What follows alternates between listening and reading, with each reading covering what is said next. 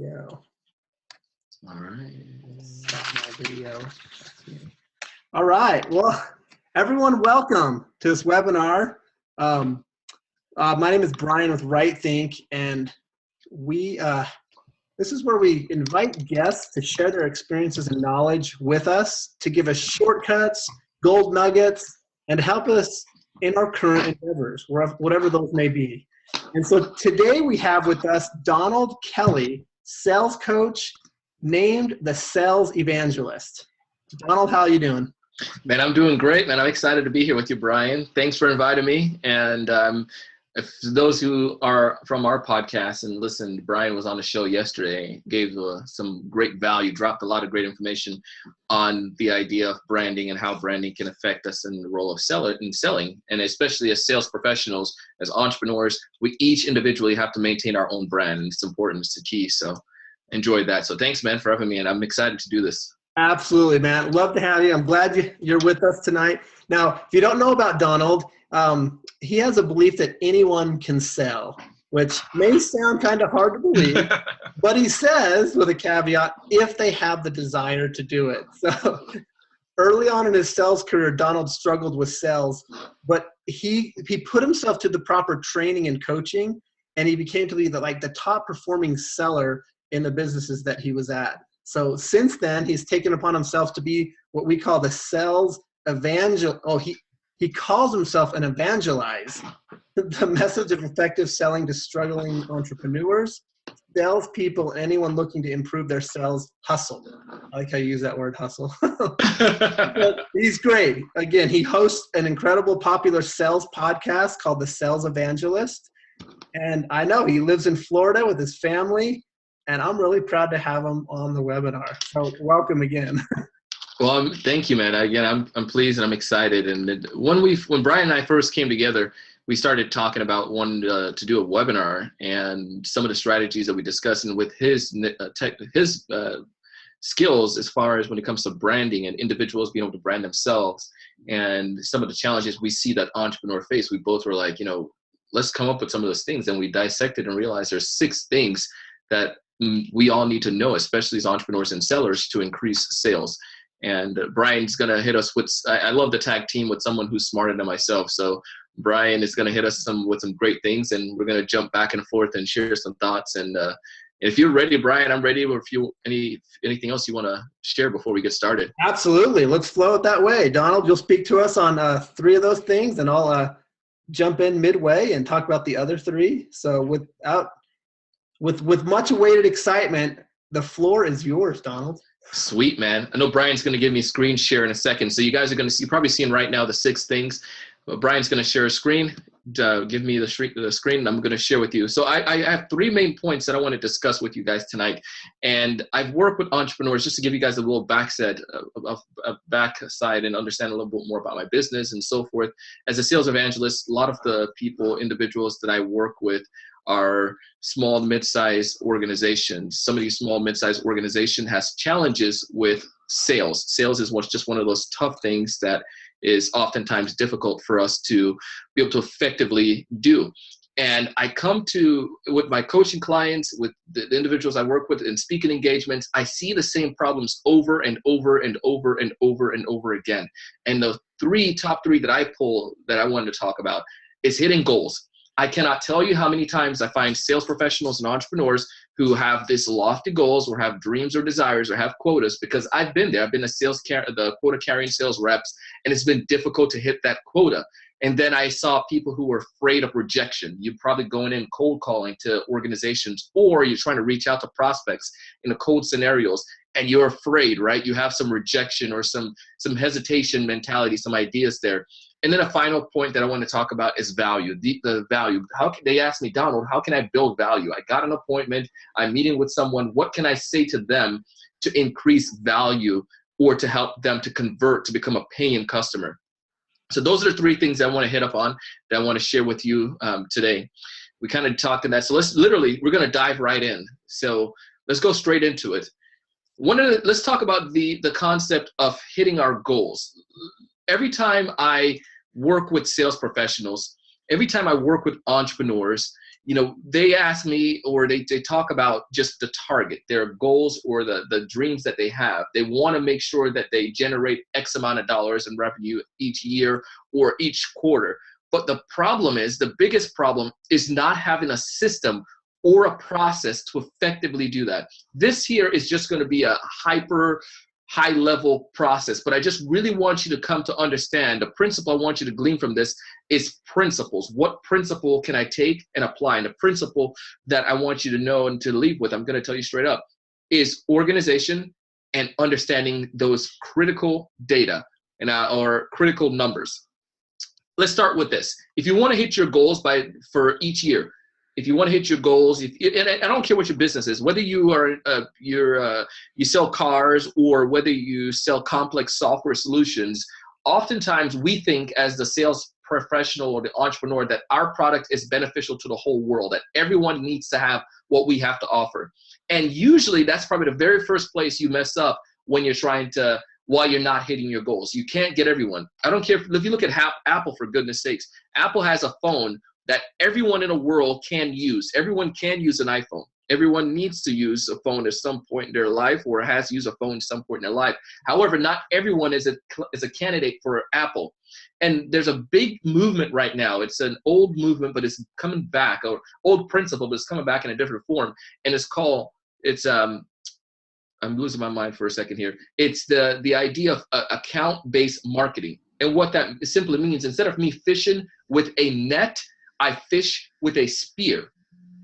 Going after that one client or those few clients that are the best fit for your organization. And too often, I'm telling you, because in our minds, the way we've been taught for years, the way the selling system has been set up historically is the numbers. We hear from the TV shows and the movies, always be closing, right? So everyone just feels that we just need to do as much as we can to trick people into our processes, and then we get them to purchase, and that's how it is. But there's got to be strategy. You have to be very strategic.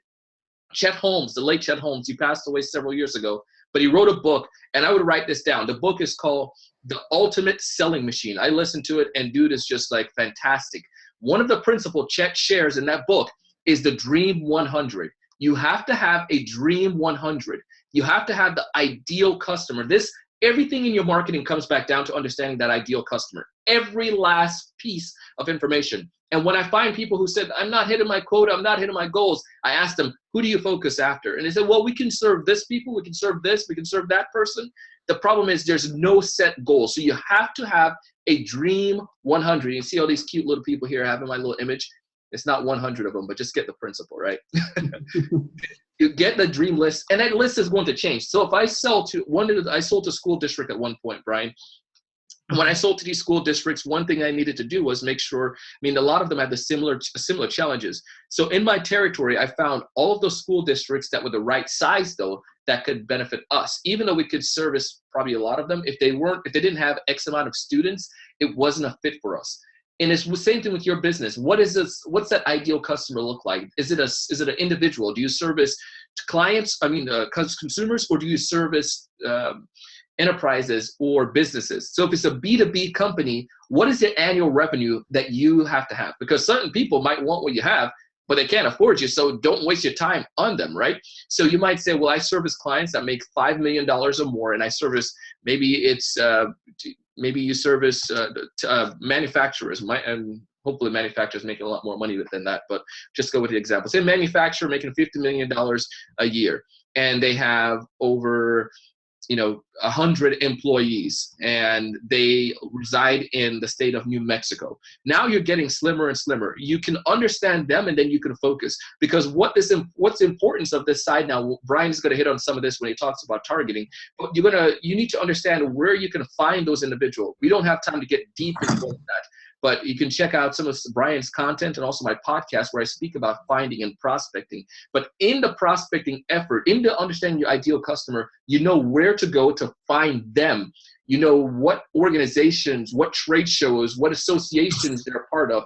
And this is why it's so crucial. If you don't know who that ideal customer is or ideal business, you're going to target so many other type of businesses. It's like trying to be the jack of all trade and expert at none. You're going to try to chase 2 rabbits and get none. Go for one and focus on that one. In this scenario, get 100 ideal customer and then go for them. Brian, any thoughts on that? Absolutely. In fact, you are nailing it.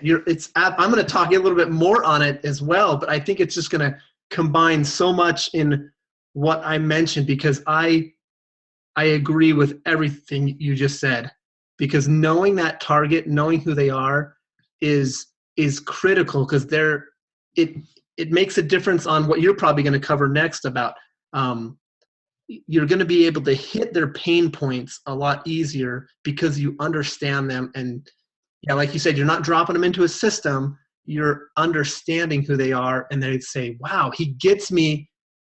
And because you've done your homework. Yeah. And dude, so true. I can't wait to hear some of those things you got. And this part, what I'm sharing mostly is like is outbound. Inbound is cool. Inbound is great. I love it when somebody reaches out to me and say, Donald, my friend referred me to you, and can you do some coaching for me and for my team? Or Donald, can you come and speak to our organization? That's cool. I love that. That's fantastic. But we work on stuff and methods for that. But the beautiful part, and I find it especially with entrepreneurs and with sales professionals, is that they want the magic. They want people just to fall into their lap, a blue bird just to fall into their lap. And unfortunately, that does not happen because they do not have this, and they don't have that strategy. So make sure you understand who that individual is, and then getting that dream list. The second thing is the way you reach out to these people, the outreach method. Maybe you're doing emailing. Maybe you're doing a LinkedIn or Twitter or some kind of social media outreach to those ideal customer, or maybe you're doing cold calling. Doesn't matter. I'm just gonna hit up on some of these here real quick for time purposes. Man, I can go on for days and chatting, but I want to make sure we get to everything that we have. But these are some of the basic methods that I've seen people utilize to reach out to their prospects. I promise you, these are all gonna tie together.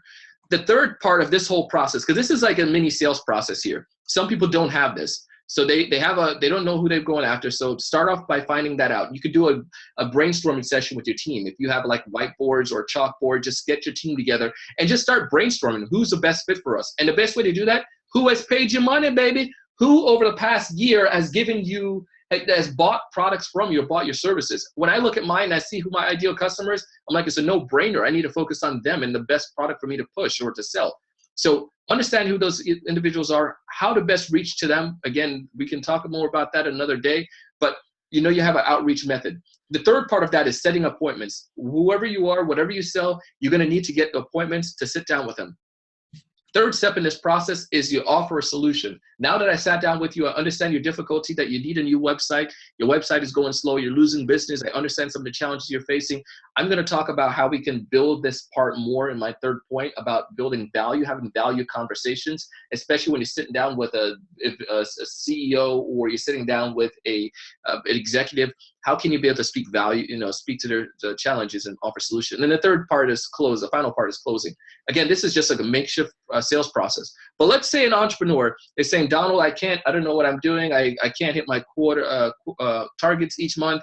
So let's figure out, say if entrepreneurs, her goal is to make $6,000 per month. She want to bring in that in revenue. She does coaching or she does something online. So she's trying to bring in $6,000 per month, right?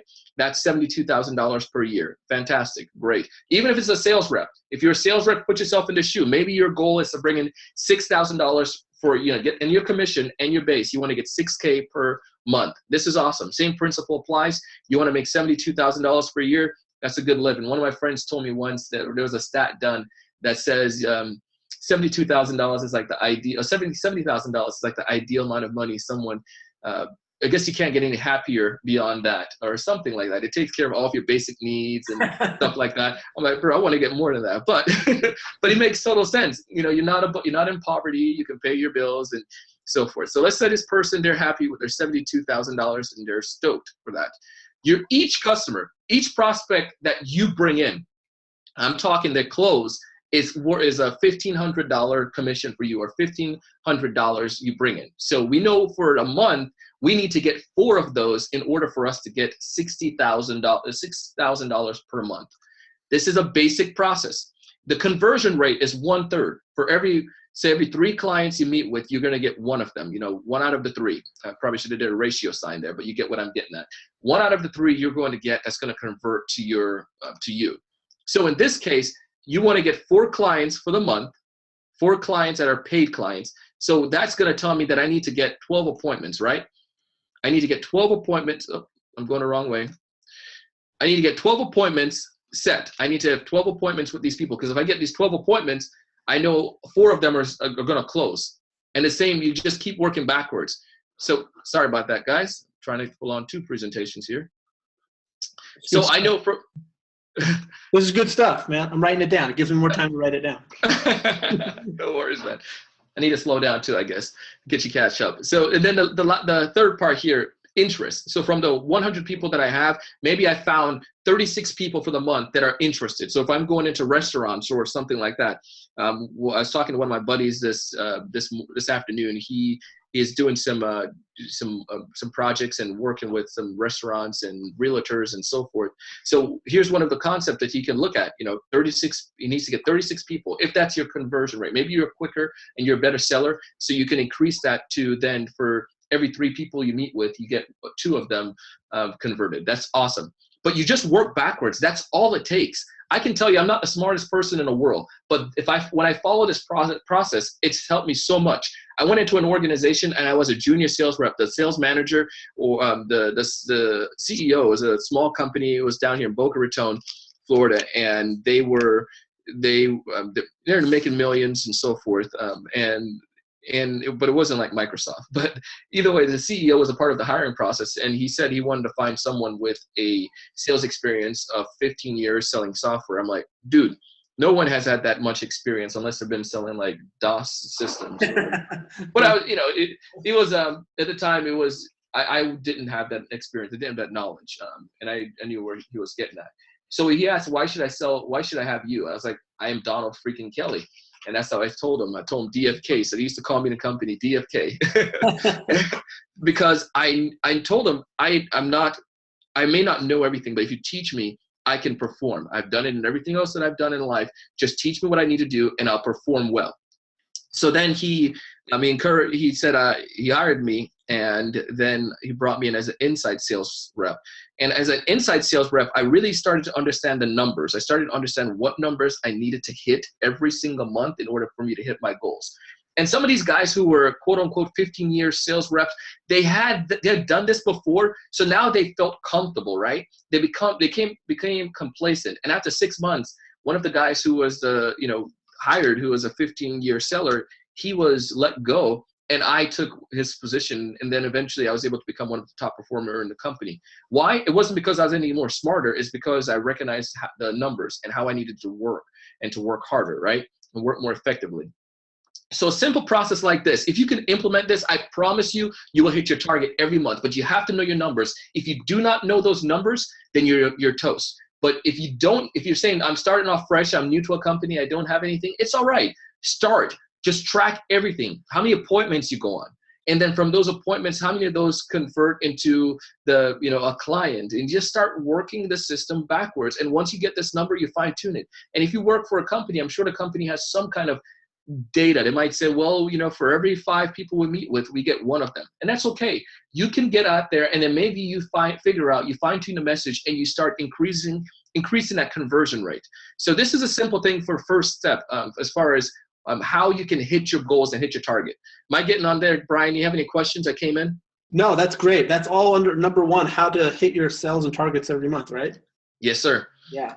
All right, let's jump back out here real quick. I want to go down to the second point. We're going to talk about how to eliminate your fear of rejection while prospecting.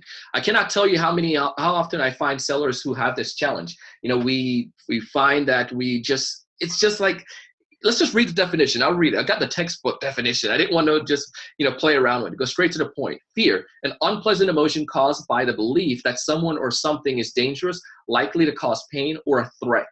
Oftentimes, fear is made up.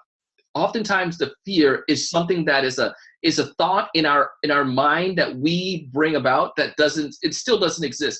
I can tell you, I was afraid of the boogeyman. I was afraid of the dark, right? But there's nothing there that was in the dark that wasn't there that's not there in the daytime. But in my mind, I thought for some reason there's something because I could not see it, right? Let me give you guys another example. And you promise not to laugh at me, man? Promise, Brian? Don't make fun of me on this one. I'm not going to promise. All right. Well, either way, I'm going to tell you guys. There is I love playing paintball. My friend John, he's on the call too. He's a paintball. He's a military man as well. But I still have my paintball gun, and I have a couple of them like tucked away in the house someplace. I need to take them out and clean them up. But what happened was when I first started playing paintball, Brian, I was so afraid of getting hit. In my mind, I just had this this pain that I just developed. I saw people's welts and the bruises that they had. I'm like, oh my goodness, that's gonna hurt so bad. So what did I do whenever I played paintball? You want to guess? Probably hid. Exactly. I was the best hider ever. I got done and everyone was looking like a rainbow, and I just had camouflage, like green and brown or whatever camouflage colors have. That was it, Brian, because I was so afraid of getting hit. I was tucked away. I didn't get out into the action, and everyone was speaking about, oh man, this kid was running there and I just hit him, or this person was there, I flanked them, and they're just saying all this cool stuff, and I was like, man, this is lame. Maybe I could be a sniper. I'll just sit and hide, and that's what it was, and that's what I told myself. That's the lie I told myself at that time because I was afraid. I was like, I'm just a sniper. I'll be a sniper, but it was just because I was afraid of getting hit. But you know what happened, Brian? As soon as I got hit, the world did not end. And I got hit again. And I was like, that's not that bad. I'm wearing a camouflage jacket, for goodness sakes. And in South Florida, you don't want to do that too long. You just kind of burn up. But after I got hit several times, I was like, there's nothing to this. All it was my fear that held me back. And it's the same thing that happens when we go out prospecting, Brian. It's the same thing that happened. We say, oh, and I can tell you, I was meeting with executives, people who are running $1 million organizations, people who are running, big school districts, these executives and these school superintendents. And in my mind, I was like, I am not worthy to talk to them. I don't know as much as they do. But you know what? I knew more about my product and about the challenge they're facing than they did. And when I got that understanding, it eliminated my fear. When I got out there and I got hit a couple times because I did sound stupid in several of those meetings where I did not know what to say. But in a third point, we'll talk about that a little bit. But once I knew what to say, once I started to articulate my proper messages, and I met with several executives, I was like, this isn't bad at all. This is not as bad as I thought it was going to be. And it just improved it improved over time. So my fear eliminated. This is a beautiful little spot. This is not the place we went, but a couple years ago, my wife and I went to, it was a couple years ago, yeah, I got a chance to speak at Podcast Paradise Cruise. And we went to this beautiful part of Haiti. Anyone ever been on Royal Caribbean cruises? Labadee, Haiti is like the most beautiful place I can tell you. The water was just looks just like this. It was crystal clear, blue, and just like amazing. And there was mountain in the backgrounds, and it was just beautiful. One of my sales trainers told us this example, because he wanted to help us understand fear, right? So picture yourself.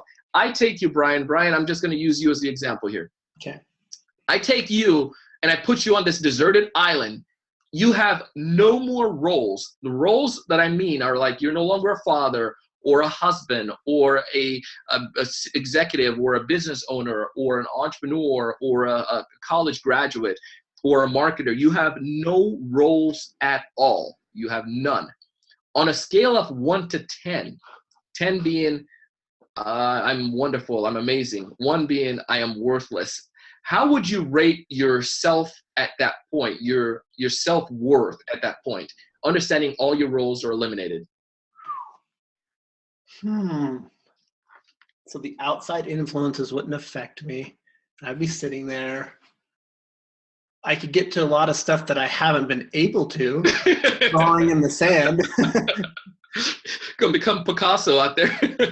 But yes, a lot of the stuff, my responsibilities and stuff have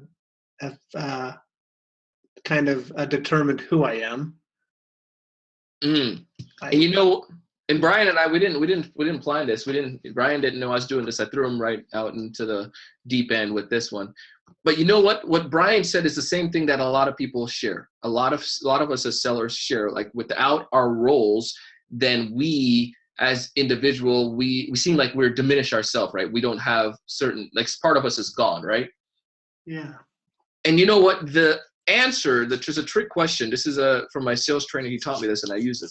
His answer was, because I put man, I have nothing then. I can't see my mom. I'm no longer a son. Like, come on, who's going to make that curry chicken for me, man? Come on, dude. And I was like, maybe I'm down there like on a 3 or a 4, maybe a 5. And then he was like, no, it doesn't matter. You're a 10. And the reason is, he said, we are not defined by our roles. I mean, we're not defined by our roles. Our self-worth, our identity defines our roles.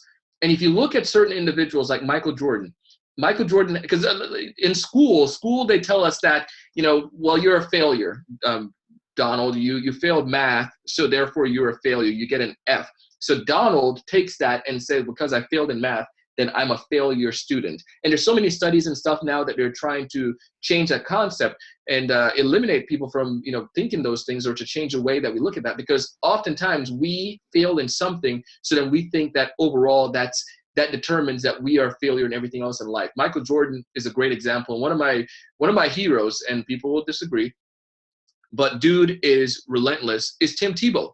Tim Tebow has a strong self-worth.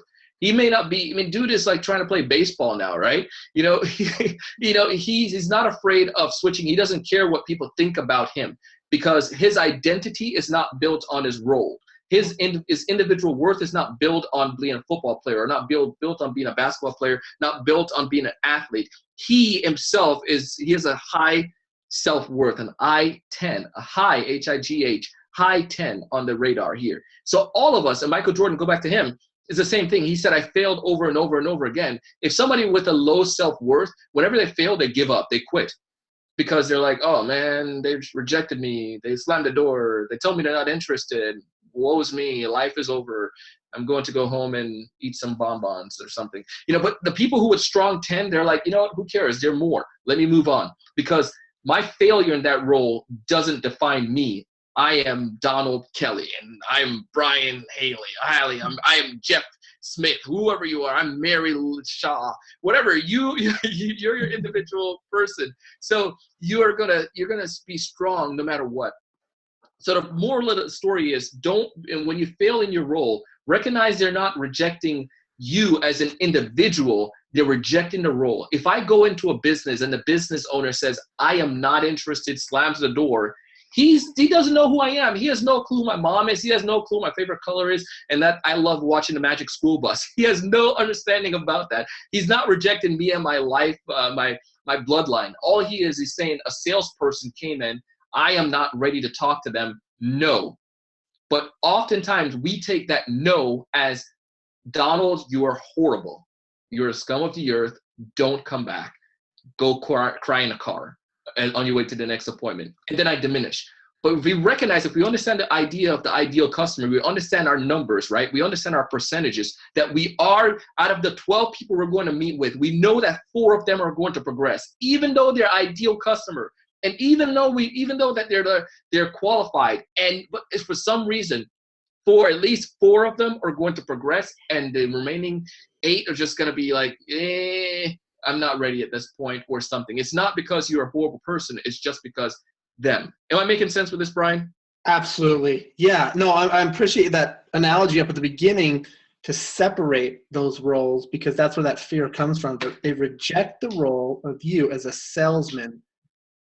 And if we put ourselves in that situation, then we can separate our personal fear or feelings from it.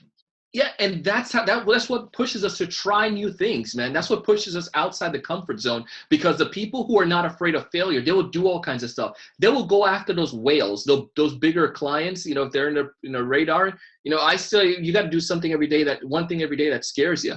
And sometimes it's going after a bigger client that may not be. Maybe you can take care of them, but it's just like, just why not? Why not I reach out to a bigger client that could potentially be a good one for my organization, on the bigger end of my ideal customer? Why just reach for the ones that are comfortable with? Get outside the comfort zone. The last thing I want to talk about, go ahead. No, it's good. Last thing I want to hit up on before I bring Brian in to come and share some more insights is conducting value building conversations. People might tell me, well, D-Money, Donald, my buddies call me D-Money.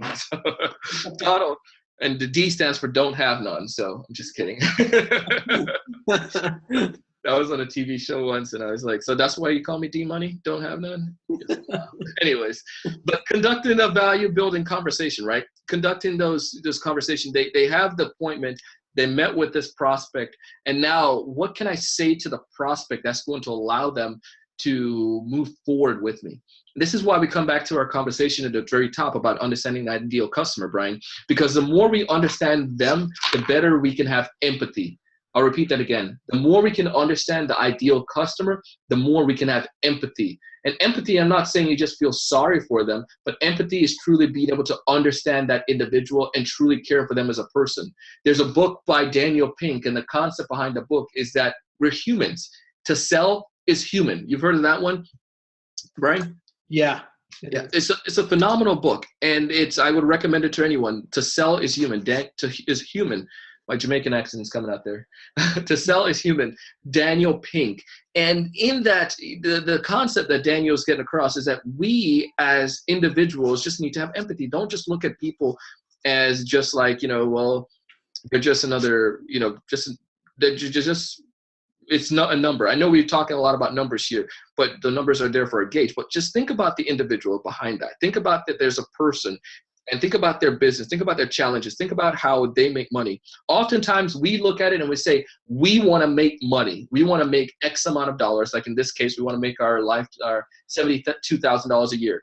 But if we were to think about, if we had empathy, maybe we would think about the prospect and say, what is our prospect goal? What does she want to make per year? Her business is a $5 million company. Maybe she's trying to get to 5.5 million. What can I do to help her get to that next level? That's having that empathy. That's caring for that individual, for that organization that you want to benefit and help them, even if they're not ready at this time. If they're not ready at this time, I'm going to put them back on my dream list, and I'm going to work them in the next, reach out to them next time. But the value building conversation, the first thing you need to have is that empathy, understand them. Value is the regard that something is held to deserve, the importance, worth, or usefulness of something. Oftentimes, value is in the eye of the buyer. We hear in the, beauty's in the eye of the beholder, but value is in the eye of the buyer. And what I mean by that, something that I might think is valuable. Let me give you an example. When I started off selling, I think it was when I did let's say door-to-door security system. Oftentimes, I thought people wanted to get a security system to protect themselves against burglars. That was like the main selling point, right? That's what I thought. That's what I was pushing. But people started telling me some interesting stuff that I didn't realize. They said, well, my insurance company told me if I got it, it would reduce my insurance payment per month. Or they might say, well, I just want to have my wife and my kids have a peace of mind when I travel. In my mind, I'm thinking the whole neighborhood is being robbed, and the neighborhood probably hasn't been robbed or anything like that, but people just want to have that. Either they were trying to buy a peace of mind, or they're trying to get that decrease in their insurance. And some people obviously wanted to protect themselves. But it was interesting because if I went ahead and tried to position it every time that, oh man, you got to protect yourself, and you got to be careful. There's gangbangers or stuff like that in the neighborhood. If I went with that every time, I wasn't speaking to them. I didn't have empathy. I was pushing what I wanted and not what they wanted. Seek first to understand, then to be understood. If we can understand and have the empathy towards our prospect, it makes it so much more easier for us to be understood by them. And the other thing too, treat others the way they would like to be treated. This is important in sales. If I know that you love red velvet cake, I'm not going to get you a chocolate cake. Why is that? I might like chocolate cake, but I'm going to buy you the red velvet cake because that's what you like. Even though I might not like it, it's not about me. It's about you at this particular time. So that's what value is. Look at what the prospect has. What does he or she finds of more worth? And it comes down to asking some questions. I've shared this concept before. Anyone listening on my podcast, is something that I push because no one does it. It's called the unconsidered need. I've shared this before, again, on a show. If you listen to any of my episodes, you probably hear me talk about it. The unconsidered need. What are they not thinking about right now? Oftentimes, our prospect usually may have some of those challenges. They may have some of those difficulties that they know about, which is good. But the problem is, if they know all of the different problems that they're facing, and I know all of the different problems they're facing, they're going to go to the next seller and ask them the same. They're going to present the same exact problems, and it's going to come down to a numbers game. So for instance, if I was a I did landscaping, right? And I came to your house and say, I can do your yard and, take care of your property for, do all of this stuff because it's important to make your yard look good. This is something that you want to make sure you don't get fined by a neighborhood association. You're like, yep, I agree with that. So you're going to do the same, those things already. And you're like, yeah, but I put a Band-Aid on it for years. I just have my kid go out there and mow the grass and I'm taken care of. But what if I was able to come and bring something that you weren't even thinking about? Let me back up a little bit, because let's say you do want to get someone now. You are fishing for a company to do it because your kid is driving and he doesn't want to do any yard work anymore. He's going on dates and stuff like that now. So now you need to get somebody to do it. What you're going to start doing, you're going to present the same problem, see who could do that. And then you're going to ask, what is the price? You want to get the price because you're going to eliminate us based on price. And that's where a lot of sellers lose their value. That's where a lot of people get watered down. They're like, whoa, we can do it for cheaper than that. We can do that too. They say, well, the other companies throw this in. We can throw that in too, and we can do it for free, right? We'll also power wash your driveway once a month too. So we try to fish and get anything that we can. But what if we were able to present something that he or she wasn't even thinking about was a problem? That's when we find unconsidered need. So what if I was able to come to the surface and was to share with them something about, I did a study because I know my ideal customer. I know these homeowners. I know about the industry. I study about the landscaping industry. So I went to a seminar and I found out about these white flies and how dangerous they are towards not only the health of the plants, but also the pesticides that are often used are affecting the health of people's pets because they're eating that. So now I know this stuff and my prospect doesn't know this. And I bring that to the table and I ask a thought-provoking question like, I bring that up and I bring up the education. I might notice, say, if we can change the question around like this, but we notice several trends occurring in the industry. I might say, I noticed several trends occurring in the landscaping industry. The two that stands out the most are white flies and also the danger of pesticides to pet. How are these affecting you and your home right now? And he might say, I didn't know anything about that. The other company who's just trying to buy for the cheapest time, they're just trying to cut the grass and cut the trees. I might be more expensive, but I can present more value and I can present more education. I can show him something that's affecting his business right now that he doesn't even know, or affecting his yard or his animals.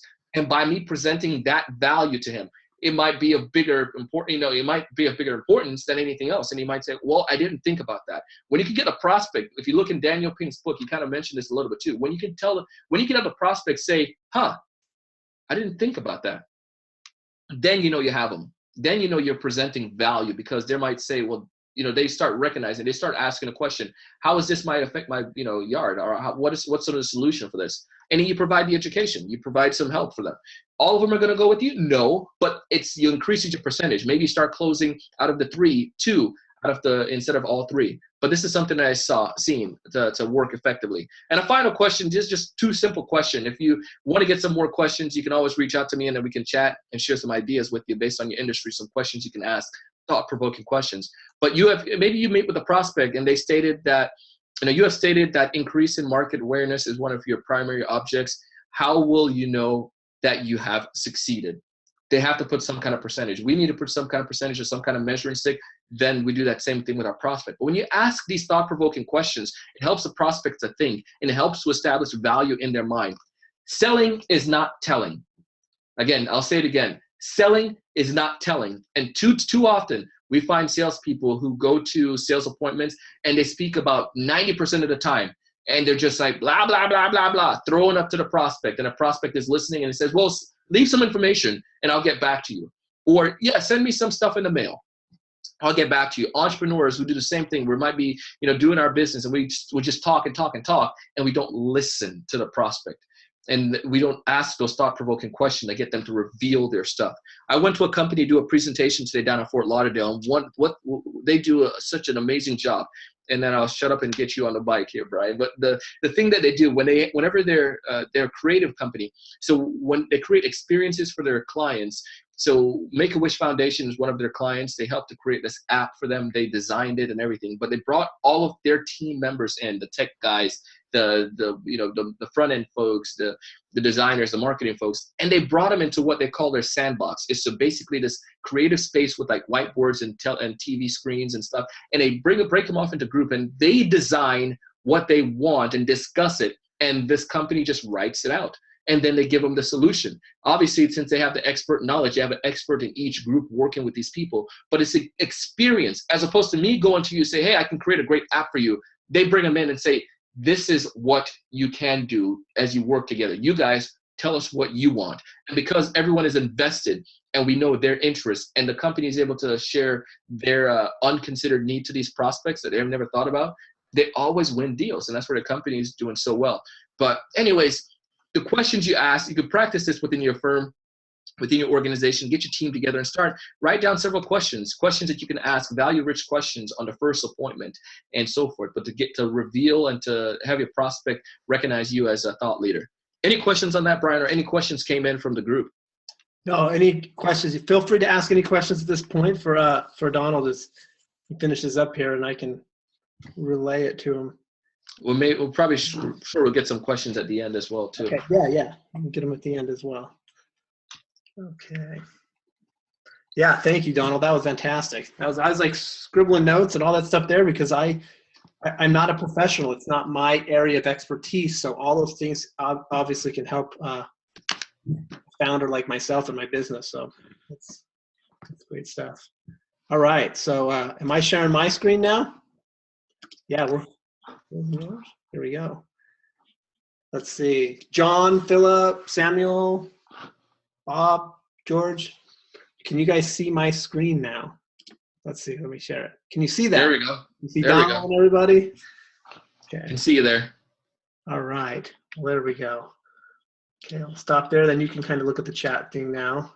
But yeah, I appreciate you sharing that stuff there. I think it's absolutely amazing. And I think what you said at the beginning when you said that it's human nature to sell.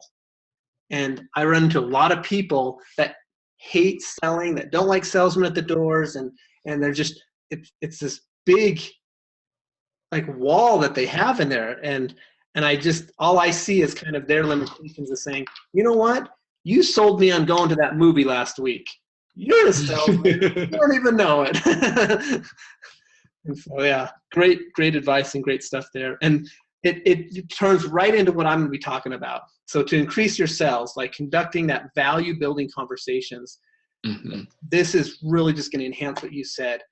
For the first one, let's see, to know your target. That's what I'm going to be sharing, is kind of know your target avatar.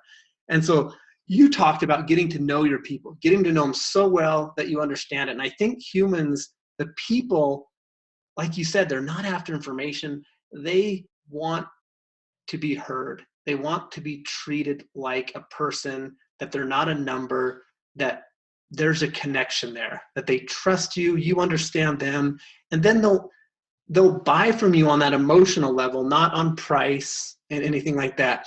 So my first one is how to increase those sales is to know your target avatar. And so you're first probably asking, like, what's an avatar compared to like what's a target market? And have you seen the movie Avatar, Donald? Oh yeah. Okay, that's an avatar. Okay, there you go. He goes into a single body to experience the rest of the world. And so by doing that, a market is a larger group, a big group of people. That's not really, it's kind of that you're just a number kind of thing. The avatar is like he could feel everything, taste everything, see everything that when he was in that avatar body. So I call it avatar because when you get to know your avatar and you have that target avatar, you understand them and they know that you're listening to them. And so first know who the person is. You know what they look like, the characteristics, how old they are, what do they do, what's their background. We just recently branded a company where we have all different companies coming to us, but this one was purpose-driven motherhood. And we're like, how do we combine this? What do you do? And she goes, well, I do blogs, public speaking, conferences, classes, one-on-one coaching. And I'm like, okay, who is the person that is your ideal one. And we came up with a list, and it was, ages late 20s to late 40s, full-time moms, very busy, involved with kids. They're volunteering, but they're an entrepreneur at heart. They enjoy learning, health, spirituality. And we just had this list of like, they're active in church. They have a college education. They're conservative. And we just started dialing it down because we want to know what that avatar is.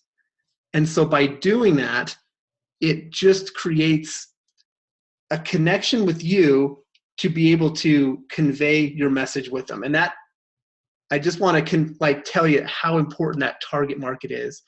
I worked at the Jelly Belly Candy Company, and they send us through, when I was there, they hired me on board for branding. And you got to remember, Jelly Belly had been around for like 20 years, and they're asking me to rebrand their company. And you're going, okay, I need to understand who you are and who your people are. So the first thing they did was they sent me through Jelly Belly University. And Jelly Belly University was 2 weeks of training on the floor. So I understood every aspect of making this jelly bean. Like it was an art, because it was a gourmet jelly bean.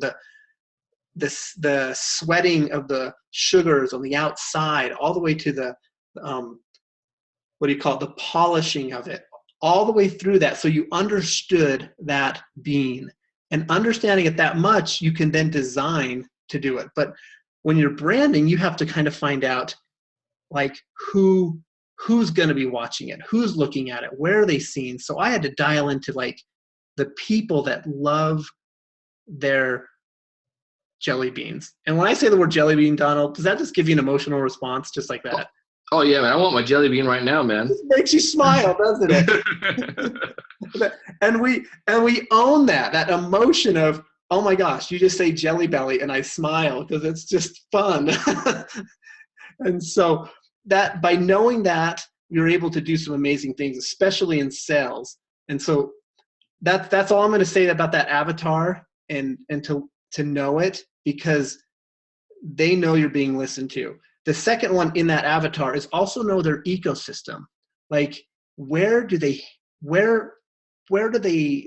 at? Like where would you see most of these people? Like would you see them at Costco, Walmart? This is for that motherhood thing. That health and food stores, Amazon. They're going to be in a minivan or SUV. They'll be on their smartphones, maybe at Mary Kay or Down East Outfitters. You want to find their ecosystems out as well. And when you know where they're hanging out, there's kind of a mentality, a subconscious thing going on of what their targets are.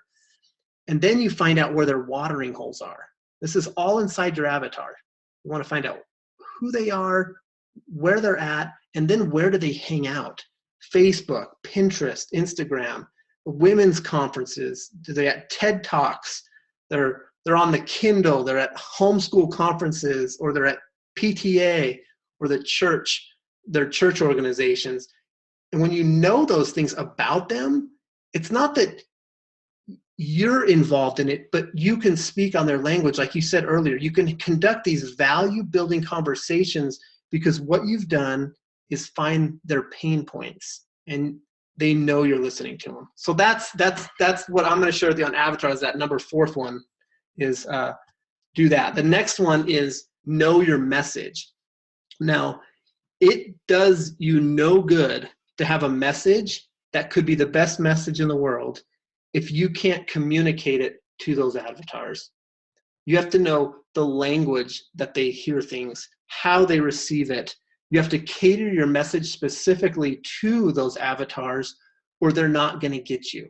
And my background is design. I'll just be straight up. Mine's graphic design. I've been a creative director at these places. You have to communicate everywhere. Like you said, it's not just a net anymore where you can just throw it into the water and get a bunch of fish. You got to have a sphere in this day and age. And so I'm avid on image, on messaging, on getting across with the right typography and colors, the way you dress even as a salesperson to relate to the target that you're selling to. You have to know that. And if you don't, it's like that can. You have 2 cans, you used to do that as a kid. Mm-hmm. You have a string between them. If you don't know how to communicate them, it's like you have 1 can and the string's just dangling, and the other person's like, I'm not even going to pick up that can because I don't even get you. I don't even know who you are. So that's how you can increase those sales, by what you said, is like understanding them so they get what you're talking about. And then the last one is to know your personality. Now, we're really big. We brand companies on a high level. And I'm telling you, like 70-80% of the companies just skip the process.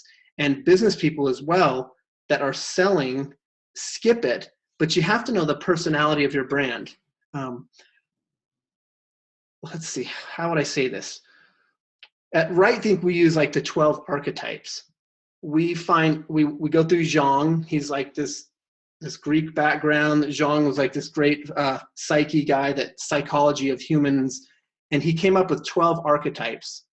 And it helps us dial in, because there's so many options out there and so many different looks. In order to communicate with your people, we dial into these 12 archetypes. Now, some of them are like, if it was a caring archetype, or some are fun, some are explorer. We identify with those because, let's say you're a salesperson and you are with a company that knows their archetype. And if you don't know your archetype at the company you're at, find out, see if they've done a brand brief or done those things. But say you're at a company that is a caring archetype. Now, caring, there's a lot of things you can do as salespeople. For instance, like to follow up with your customers, or to give, or do incentives, or to market with. But think about yourself as a personal salesperson. A caring company would give notes. Maybe they would send flowers during certain times. They would do gifts. In their ads, or the way they talk on the phones, would be like, the copy would be different. Their attitude would be more caring and loving. And so they see you as a company that cares. Be the salesman that cares and do things that match that. Now, there's also companies that, let's say you're in the fun archetype. Like, you're like, woo, we're just out there. Now, those are the ones that like do things like parties, hold events. They have awards, prizes. Think about yourself then now as a salesperson. How can if they see me as a fun company, as they see me as that, they're not expecting so much as like this soft note and all.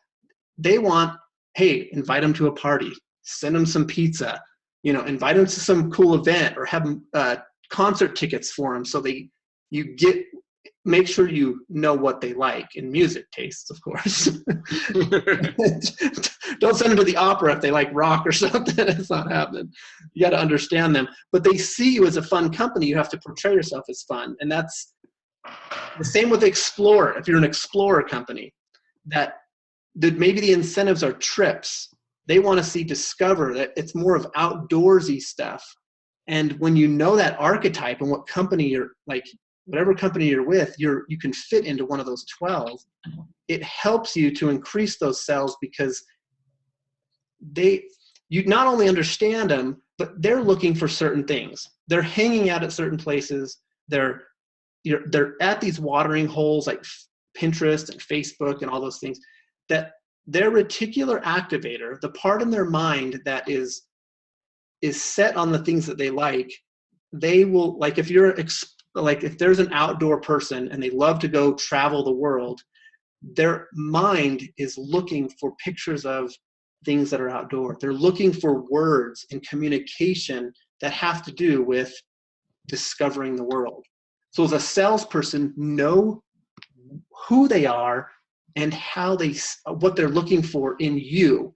And then you can cater that message, like you said earlier, and all the stuff you were talking about, you can cater it to them and say it in a way that they understand. That's like, my pain point is I want to travel, and you have a boat, or you have a plane, or you have a thing that I want, and you as a salesperson can identify that and sharpen it and hone it right into what they're looking for.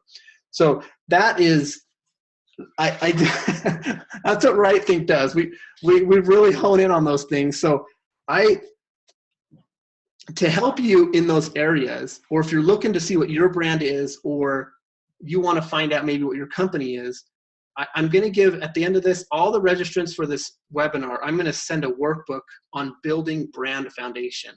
And you might think, as a salesperson, why do I need brand? My company has a brand.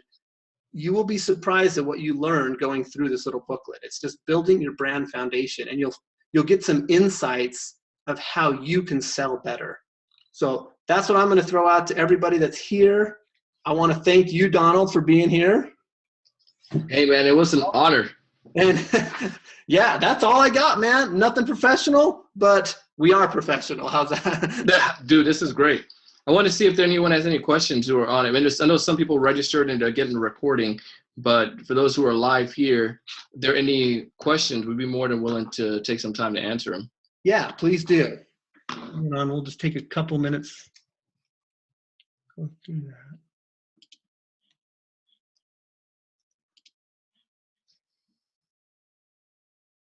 I'm trying to pull up in case they do have something.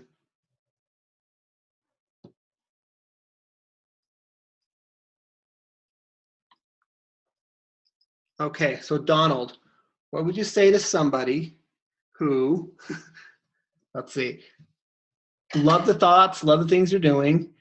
What would you say to someone who has a goal that they aren't hitting? Like, they know the numbers, but they're not hitting their targets. Like, they know the number. What that comes down to, I forgot to talk about this, man. Sorry. But that comes down to having an accountability partner. That is all that is. And the way you get an accountability partner, that may be a mastermind. The mastermind may be you might find another entrepreneur or another sales professional who does what you do. We have that in our community called TSC Hustlers League. And I meet with groups of sales professionals each semester. And it's very entry level, but it's like $37 a month. And the sales professionals, they pay for this themselves, or sometimes they have the company, but they come in and it's a mastermind. And I do a training each week on a topic. So similar to this, we have a web training. I go through a web training on a specific topic that we have, but then the individual sales reps are able to have an accountability partner that keeps them accountable. If they say, I want to close $10,000 in this month, then your accountability partner is there to help you, or you have me nagging you or something like that. But when you have that, even if you don't even have to pay for something like that, just find a friend, somebody who can dedicate to you and you can dedicate to them. And this is where it comes in when people have good sales leaders or sales managers. That sales managers stay on top of their butt, boy. They tell them, they have this coaching one-on-ones every month and say, what are you doing to hit your target? Why are you not hitting your target? Let me help you. Not in a ridiculing them, but to say, I really want to help you. Let's figure out what your passion is and what's driving you, and let's get that motivation, keep that as a goal. So if my motivation is to travel, say, well, if you close this deal, then you could travel next month to Mexico, take your 2 weekend day off and go to Mexico. So use that then as that as example. But the point of the matter is we each need an accountability partner. If you know your numbers, all it is just having somebody else to be able to keep you accountable. That is it. That is great advice. In fact, that is what really, I went through some hard times with all this, because as an adult, you don't feel like you need a coach. You don't need someone telling you what to do. I'm grown up, I got this. And that's kind of silly thinking. Probably to like a 70-year-old, he's like, are you kidding me? Because like, I've been through life already, I don't need like 30, 40 years old, 50, whatever it is, and we feel like we've learned it all. That is where I made the most strides in my business, is when I got a personal coach. Because think about it, we do not have coaches anymore, because we don't play sports so much, and we don't have this or that. My son plays soccer, and I see his coach pushing him, testing him, holding him accountable every week, and he's become incredible.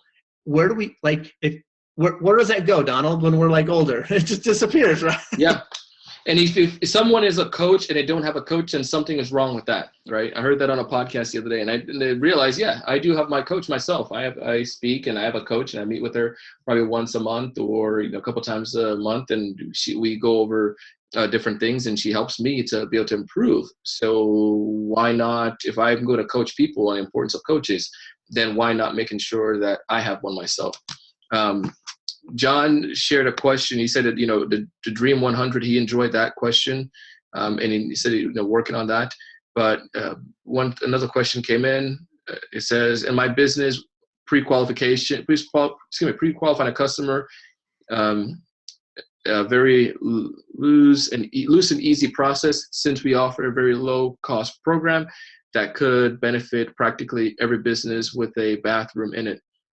How do I hone in on the highest potential prospects when every business qualifies? The one that gets the most, the one that pays the most, or is willing to pay the best money for you, give you the most money. So, for instance, if you are able to, can you target like a higher end market? The ones that you know, because there's going to be longevity. Because I promise you, if the people on the lower end of the scales, the ones who are very, very easy to get, those are probably the ones you have the highest turnover with. So you got to look at this whole process, the whole gamut. So if I was to find, I want to service the companies, organizations that I can see are bringing in a large amount of money, or that there's that they service a certain type of clientele. I know that upscale is important for them, higher value.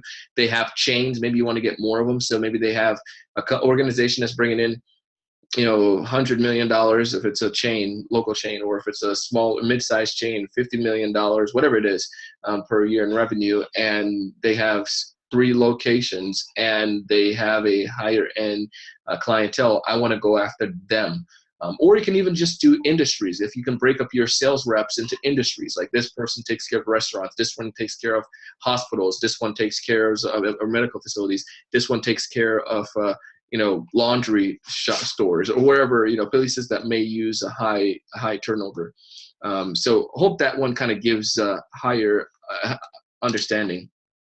Yeah, and that's really important. If you think about this is totally off the cuff, but if you're talking about bathrooms, but I've seen the ads for poo-pourri. You've seen the poo-pourri? So everybody has a butt, okay? I know it's crazy, but everybody's got that thing. But their target could be everybody that goes to the bathroom, but they didn't. They target themselves to humor. They probably found out their hierarchy was almost in the jester category for who they were, and their packaging, the way they did it, the way their copy was, they targeted specific people in that. It was not everybody, because they don't have a budget for that. And when you target everybody, they can't send their salespeople out that way. So what Donald just said is, yeah, you do want to hone in your avatars a little tighter. Get them a little closer. Like you said, maybe it's by size, not just people who has bathrooms, but by their size, and who can you go to where if you get this account, it will lead to many accounts to make your job simpler and easier. So I hope that helps, Johnny. That was a great question. And the other thing too that ties with that, because even though because John brings up a good point, sometimes you can balance those people out and work with different ones. The one thought too, when you do have that understanding, or it just kind of helps to start it off. Your best way to eat an elephant is just small piece by piece, right? So if you can get a lot of sectors, just master getting one sector. Even if it's if you want to get even if you're not looking at the size of the organization, but you're looking at just like that industry, I want to dominate the restaurant industry. Well, dominate that restaurant industry, and pick a category. And then you might say, well, we took over the restaurant industry for our business. Let's now get into the medical industry and get that going. So that's a good one too. That's so great. And it just personally, even Johnny, just to answer that, like I have to hold myself back a lot because I like moving and doing other things. I had to limit what we do in branding to like 3 packages, which, but I also, because everybody needs design and there's a lot of things that need to be designed, book covers and catalogs and all this stuff there. But if I don't have the resources to do all that stuff there. And one of the big things is I love branding authors, and I like doing book covers and doing graphics for them, etc. But my coach told me this, by the way. My coach said, don't focus on those other things until you get really good at these things. And I went, okay, all right. I'll just stay focused on these and then I'll grow those later. So maybe those people that down the road will be your clients, but get good at the ones closest to you. Sweet, man. All right. Well, that's all I got today. Donald, I appreciate you being on today. Hey, it's been an honor. Thanks so much for having me. And thank you guys all for joining. And for those who got the recording, make sure you connect with Brian and learn from him, man. He got some great stuff here. So thanks. You'll see an email from us. We'll have that Build Your Brand Foundation book and information on how to connect with Donald. And yeah, you guys have a great evening. Talk to you next time.